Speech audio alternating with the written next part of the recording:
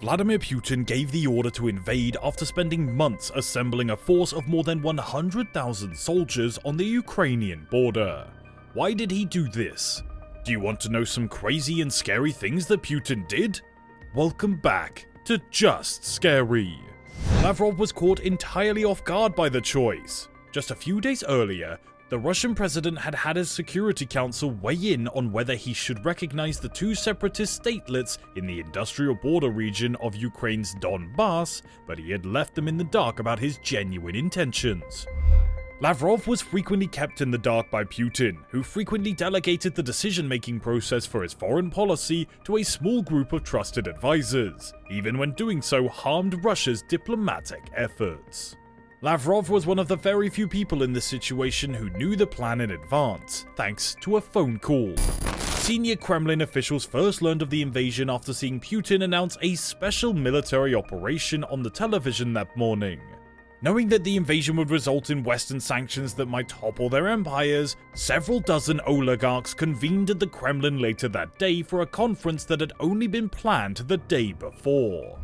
Someone who was there at the event claimed that everyone was completely losing it. As they waited, one of the oligarchs spotted Lavrov leaving another meeting and confronted him about Putin's invasion decision. Lavrov was at a loss for words since the Kremlin officials he was there to meet knew less about it than he did. The oligarch was astounded and questioned Lavrov on how Putin could have planned such a massive invasion with such a small group when most of the top Kremlin officials, the Russian economic cabinet, and the country's corporate elite had not even thought it was feasible. As part of Putin's invasion strategy, Kiev was to be taken by Russian forces in a stunning, largely bloodless blitzkrieg in a couple of days. He had unlimited resources at his disposal, and he lived in luxury because any oligarch would give him several $1 billion for expenses with the flick of a finger. If you want to be happy, then you live happy, but only if you click that subscribe button. Putin overestimated the power of his military while underestimating Ukrainian resistance and Western support, despite using force in Chechnya, Syria, and Georgia. Images of a bare-chested Putin riding a horse, shooting at a military firing range, and berating government officials on television are used by the Russian media to strengthen his authority. But the war has shown his flaws as well as the weakness of his military, intelligence services, and some economic sectors. More than half of the area that Russia took has been returned to Ukrainian forces. The conflict has resulted in tens of thousands of deaths on both sides, extensive destruction, and requests for NATO membership from Sweden and Finland in addition to Ukraine. It has heightened the danger to Russia's security and undone decades of Western integration, isolating it internationally. According to Putin, an aggressive West wants to annihilate Russia. Many of his fellow citizens have become more patriotic as a result of his story and the more oppressive methods taken to quell domestic dissent. But it encounters obstacles like the Soviet Union's ineffective top-down power structure, the linked world's permeable boundaries, and the personal sacrifices made by the Russians.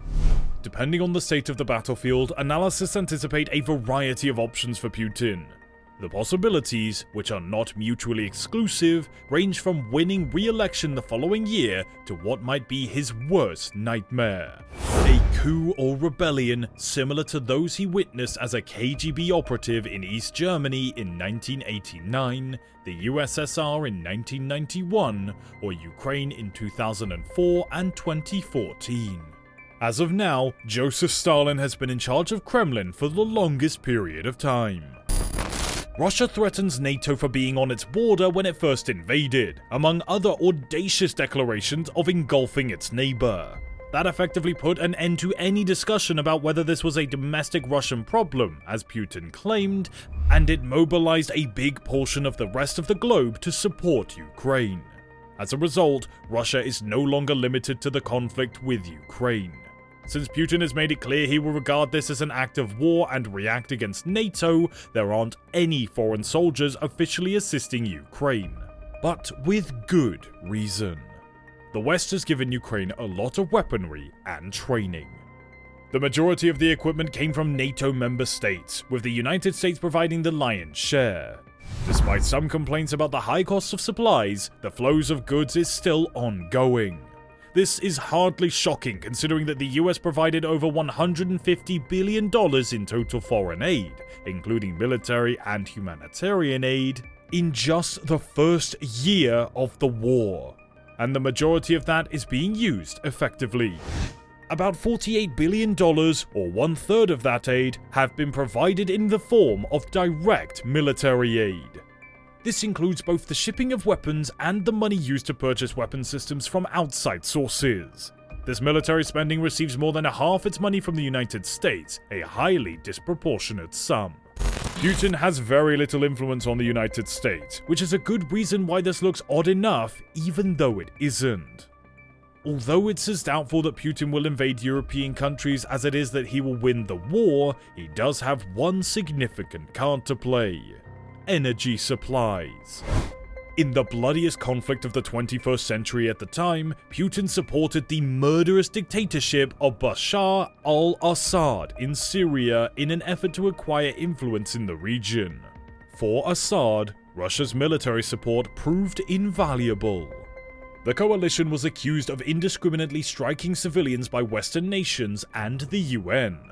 As Aleppo was being besieged and taken back by Assad and his allies, reports on the ground suggested Syrian soldiers were killing civilian families. Gesson tells how, in 1991, Putin, who was Saint Petersburg's deputy mayor at the time, allegedly orchestrated a variety of frauds involving meat imports into the undeveloped, impoverished city. Many people think that Putin's determination helped him become extraordinarily wealthy. Estimates of his net worth range from $40 billion to an astounding $70 billion. Beginning with a string of devastating bombings on the apartment buildings in Russia, allegedly carried out by terrorists in Chechnya and Dagestan, Putin won the support for his firm response.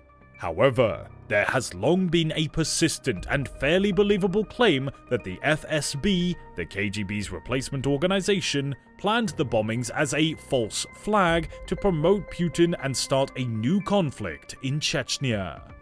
The bombings resulted in more than 1,000 injuries and 293 fatalities.